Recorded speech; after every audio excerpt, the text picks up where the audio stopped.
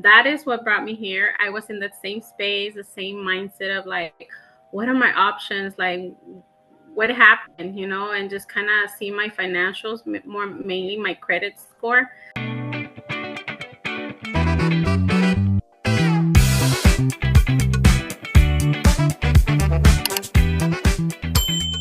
All right, hey, welcome back to Your Money, Your Rules, where real people share real strategies that build real legacies. Now, I'm your host, Teresa Villaruz, founder of the Thrive Movement, and I believe money should serve people, not the other way around, right? Our guest today is the one and only Miss Rosario Salazar.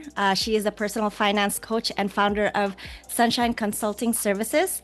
Now, she's not just helping people boost their credit, she's helping them rebuild their confidence and really rewrite their future. Her mission is to make the next generation doesn't just earn money, but understand how to use it wisely.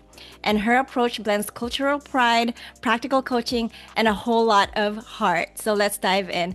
Miss Rosario, how are you? I'm so excited to have you here. Oh my gosh, I was like, who is she talking about? I never had it sit out like that, but that's awesome. I'm excited to be here. It's been a while. We have been talking about this for a long time, and I'm like, oh, we're finally here. So I'm excited today to see what we have going on and just kind of share my insights and whatnot. Yeah, no, absolutely. Now, see, the first thing that I mentioned earlier is that you help people with their finances. And as a financial coach, there's some things that you need to, that you work with your clients with, right? So when someone says, I want to fix my finances, what's the very first mindset shift that they usually need, even before they touch the numbers with you? Right, I love it. So the first thing that we work on is mindset, like where do they stand mentally? Because, I'm gonna give them all this information for what? Like it's not even gonna make a difference, right? So I want to make sure where do they stand mentally. And once I know they're in a certain headspace, I'll be like, okay, so now we can shift and see what you have going on and the things that we can help with. And if we can't help, let me see who can help you, because we don't have all the answers. So definitely mindset shift at the beginning and try to see where they stand. Nice, nice. Now, you've entered in this business for a reason, right? It's not just about, making money. Obviously, you have a wealth of knowledge in terms of financial, literacy and like what people should be learning about in order to make sure that they're setting themselves up for the future, for themselves and in the next generations. Now, kind of give us a story, like how did you get into this business? Like why become a financial coach? Yeah, so what I always share with everyone is like, I'm here because I'm pretty. Like, I don't got to figure it all out. Like, I have not figured it all out. So that is what brought me here. I was in that same space, the same mindset of like, what are my options? Like, what happened, and just kind of see my financials, more mainly my credit score. I was actually trying to be a lender. Did you know that? I was trying to be a lender, and it really played with me because I didn't have the credit score, and I was like, I didn't have the financials, and I was like, how am I gonna do this if I don't even have it, And so it really put me in a perspective of like, okay, work backwards, figure out what does it take for you to actually, reach this goal, if that's the direction that you're going. And I looked at my score, and I just took a leap of faith. My friend reached out to me at that very time, and I was in that mindset of like, oh my gosh, like what do I do? And she reached out to me, and I said, you know what could happen? My score is whack. It's all messed up anyway. It's not like it's gonna get worse than it's already, And I did, and fast forward, I'm here today, almost 5 years later, still working on it and just growing and learning things that are coming up. But definitely was something that I always share with everyone. Like I was there too, and that really makes a huge difference because they know once we talk that I was there too, and that's why I'm here. I'm not a lender. Just, I did not pursue it, but God directed me in a different way, and you know what? We don't fight it and just kind of go with it, and here I am. I love that. I love that. So, one of the things that you mentioned in, prior to us jumping on this call is that, you, I mean, it's obvious that you are a woman of faith and you're putting all your trust in God and just letting Him lead your life. I mean, like when you're trying to be a lender, right? That was kind of like your focus. And then God said, no, no, no, this is the way I want you to go, right? Become a financial coach. And now you're helping hundreds, if not thousands of people really take control of their financial future. Now, you mentioned that you've been there before, you've made mistakes, and that's the reason why you're here educating people who are probably 5, 10, 15 steps behind you. One question is, as a personal finance coach, obviously, what's a mistake that people often make when they're trying to fix their credit alone without having any, just going to maybe YouTube University to figure out how to do it? What's that one mistake that people often make, and what would you recommend they should do instead? Yes, so the first question is too much information. Right now it's like you Google, you go in there, and it's just all this information. And the reality is, the internet doesn't know your situation. So that's why it takes a person to come and say, okay, let's look at it and let's break it down and see what's happening here. And that way we can use those tools that you researched and apply them to your situation, because I get a lot of that. And it's like, I went here, blah, blah, blah. And I'm like, okay, that's good. It's going to help you in the long run. But at the end of the day, we really want to make sure that you, depending on your situation, because everybody's situation is different. So you can apply the same tools and resources as everybody is. Like, I have to adjust it. And the other question was, what would you recommend they do instead of like just getting all this information and maybe overwhelming themselves? So the other recommendation is find someone to do just that, and like I share, it's a whole bunch of tools and resources, more than ever, and it's just so overwhelming. And I would suggest you find that individual to say, hey, I found all of this, can you break it down for me? Because it is a lot. There's a lot of myths and a lot of information out there that it's not how it works directly with your situation. So that's when you find someone like that to help you, then they'll be able to break it down for you. And that way you kind of block out the noise that you don't need to be hearing, because it's not going to let you focus on your goal and for it to be reachable. So that's what I would share. No, I love that, because obviously, everyone's unique. Everyone's situation is different, and you can't have a cookie cutter type of program or a cookie cutter type of, steps in order to reach the goal that you're trying to get, right? And we've talked about like how so much information out there can be overwhelming. And on top of that, like when people actually take a look at their credit report, it also feels overwhelming. So when they're looking at their credit report, right? What would you say is like the one main, if they were going to look at it and just focus on one thing? Obviously, there's so many things to focus on, but what is that one red flag to watch out for that could quietly hurt them? So I would have them check anything that is a red flag. For example, there's certain apps, right? Depending on whatever app you're using, it'll flag. It'll put it'll put it in red. So you want to focus on everything that shows red. So that means, what does red mean? Stop. It means to stop. So when you see that red in your report, it means we need to stop and say, hey, what's happening here? And really dive deep into that section, because most of the apps, they'll summarize it for you. It'll give you the ones that are in red, and you want to focus on that first. Why? You want to be able to stop stop and analyze what's happening there so that you can make a strategy and actionable steps that you can take. And slowly and gradually, as you do these steps, targeting these red flags, you'll reach your goal.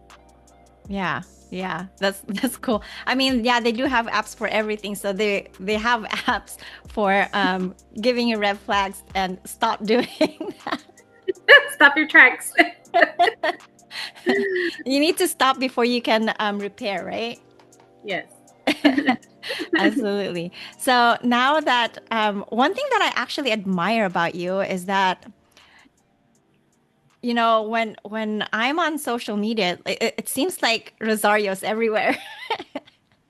I see you everywhere, but it's the thing that I actually that resonates with me is that it's not just posts. You're not just posting about, you know, content on education or this or that. You're actually building relationships in these platforms, right? So, tell me more about that. Like, what's your strategy? Like, how do you get, you know, people to engage with you and build that trust with your audience?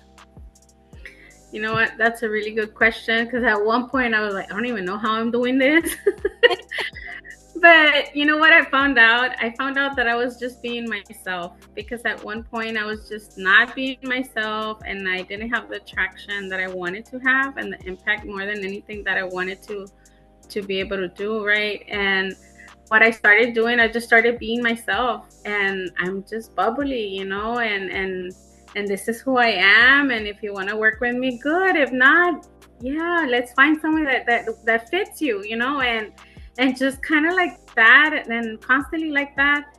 And I'm like always like there's not a dull moment, right? So you want to be there's somebody coming out. There's never a dull moment, and so being able to just show that, you know, I'm also human and it's okay to have, you know, flaws. There's, you know, to have whatever. It doesn't, because right, it's not perfect, the world is not perfect. And so when I started sharing that, then it's kind of like I started getting, you know, all these relationships and mainly attracting those individuals that I wanted to attract, right? And work with, because you don't want to work with everyone, right? Yeah. Yeah. So yeah, that's what I did, and it's so simple, you know. And we really play it in our heads that it has to be a certain way. That it, you know, oh, like I'm not wearing this. No, now I'm putting my bun. Like I live in Texas, it's like super hot. Like right now, it's so humid, and I'm like, you're gonna see me in a bun in the store, and I'm not gonna worry about it. Like I don't have my hair done, and it's okay. So it's kind of like I worked from the inside out and show that through social media, and that's all I did. It's pretty simple. Yeah. No, I love it because obviously it's social media. The word social is there. You're supposed to be social with people. And why are you social with people? It's to build those relationships, right? And you know, like all the posts that you put, it's you're being raw and being yourself and being authentic. And I think that's also the reason why people resonate with you. It's because they relate to your, you know, to your story. They relate to what's happening in your life. And that's actually what builds relationships. It really does. And just being my shenanigans, I don't show them all, Teresa, because it's like the people wouldn't take me serious. I'm just like there's no dull moment in my life. It's just that's just what I'm, you know, surrounded with, and it's okay, you know. And I share when I talk to people on the phone, like I share it with them on the phone or in Zoom. Like I'm genuine with them, and I think that's helped a lot. And just, you know, they know who I am as a person, and then just you know, constantly um talking to them, supporting them has been another huge one. It's like, what do you got going on? How can I support you? And just, you know, be real and in the support as well, not just trying to like do it on kind of like, no, let me see what I can get out of this. Like, no, it's like, what, how can I help you grow, even though I don't have all the tools or all the resources? Like, what can I do? Because we all have a gift, and I'm just willing to share my gifts. So that's what continues to build the relationships even longer, like for them to be lastly, like not just, that's why I tell everyone, like, oh, when you talk to me, you're gonna remember, like you're not gonna forget. It was either my bubbly energy or something I said. Something is gonna change you, and that's it. I mastered my conversation with someone, and the relationship. It's like they'll never forget. No, definitely will never forget Rosario. One is because obviously your energy is just, it's just, I could feel it through this. And I love that about you. And second is that you're very passionate, right? I see in the way you handle yourself. I see in the way that you communicate with others, and I see in the way that you actually, nurture your family and your grandbabies, right? So now I follow up because you're passionate about really helping build that generational wealth, right? And like I said earlier, that you're a grandma, right? And you're helping your kids along the way as well, and now they're parents. Um, what would you say is what would you say parents can do, or how can they start that conversation with their kids today, so that they're fixing their kids' mindset and really uh, helping them start the right way in terms of controlling their financial future? Yeah. So what I didn't do, I'm gonna tell you what I didn't do, Teresa, because my daughter tells me now she's 25, and so it's kind of like she's the complete opposite. She's like, Mom, I don't know how you do this, and blah blah blah. And so she's shown me so much and still continues to show me. So sometimes, to answer your question, is stop. Again, a red flag. Listen to your children, because they are watching you and you're not watching yourself at one point. It's just like you're on just kind of like on autopilot. And so I would say stop and listen to your children, because they're the mirror. They're the mirrors that you have in your home. And I learn every day from every single one of them, because I have three. And now I'm learning from my grandbaby. So it's just a matter of stopping and listening to them and just say, you know what? I mean, there was a huge conversation this week, and I was like, okay, she's calling me out, and it's coming from her, and I know she means well, and so it's having those conversations instead of trying to embed in them, like your belief system in a certain way is like there's no other way. Like, no, like let me see where you stand and how you're seeing me, and what can we do to change and be better. So it's like it's never ending, Teresa. It's pretty much never ending. It's like I told my daughter, I can't wait for you to have your babies, and you have these conversations with them, because you're gonna be like, oh, okay, Mom was like, yeah, she was right here, but over here she was not right. So because we're not perfect, so I would really just dive deep into, instead of trying to change them and control how they have to go and do about a certain way, for them to just listen. And it can be in anything. You mentioned finances. It's a start, but it's, for me, it's been beyond the finances. It's been like in other areas of my life. And I have a coach in my house for everything. Like, Mom, you haven't gone walk. Mom, you do this. And so it's like you gotta really pay attention and just be alert, and just be there, and ready to open to receive from your children, because we always learning. It's like I tell them right now, I'm still growing. I haven't stopped growing. They're like, what you mean? You're almost 50 years old. And I'm like, I haven't stopped growing. Like, we're all growing here. So I mean, that's what's been in my life, and I won't change it for the world. There's a reason behind every single part of it, and finances was just the kind of like the main one that brought us into this space. But it's definitely listen to your children, and be open. It's not gonna be the way you want it. It's gonna be a certain way, and it's okay. And we adjust, and we grow, and we move on, and all together, and it's creating a really beautiful space. No, I love that. I love that because you're including them versus just just putting stuff in them, right? It's more of like a collaboration between you, your children, and then eventually once your grandbaby's grown enough, um, three generation and more, right?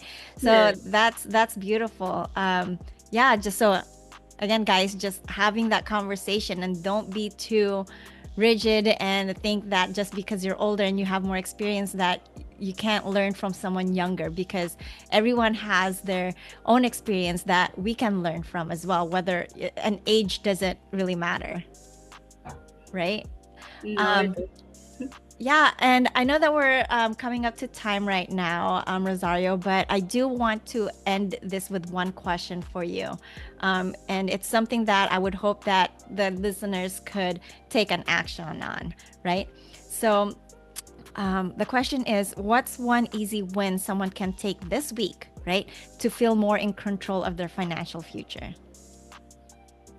Yeah, so one thing they can take control of is their credit card utilization. There is a huge, what is it called in English? Because I know it in Spanish. Say it in Spanish, girl. Hay una pandemia. Hay una pandemia.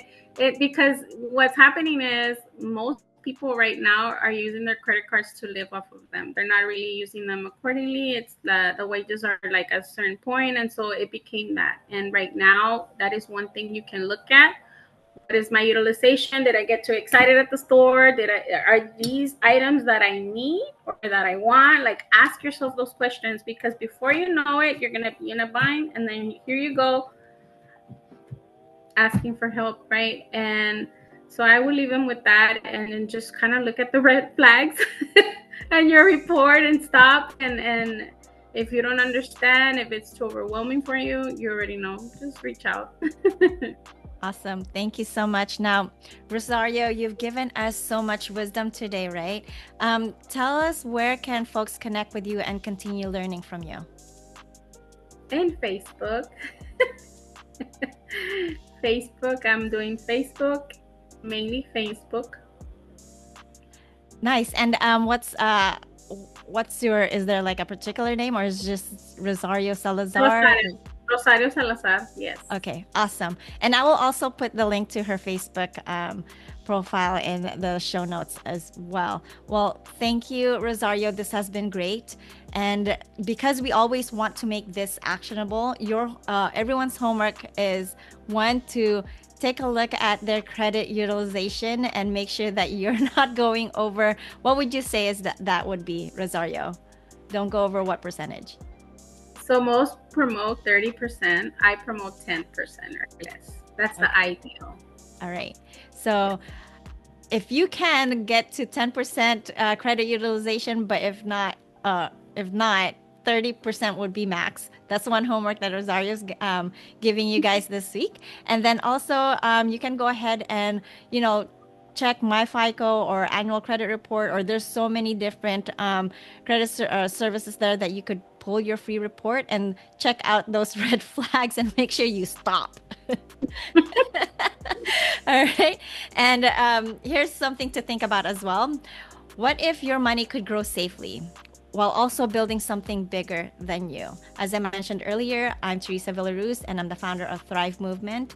And at Thrive, we help real people, you grow wealth and fund purpose-driven projects that create homes, hope, and healing. This isn't just about the dollars, it's about a legacy. So if that idea stirs something in you, follow the nudge. Your money was meant to move and multiply. Until next time, take control, build legacy, and remember, your money, your rules.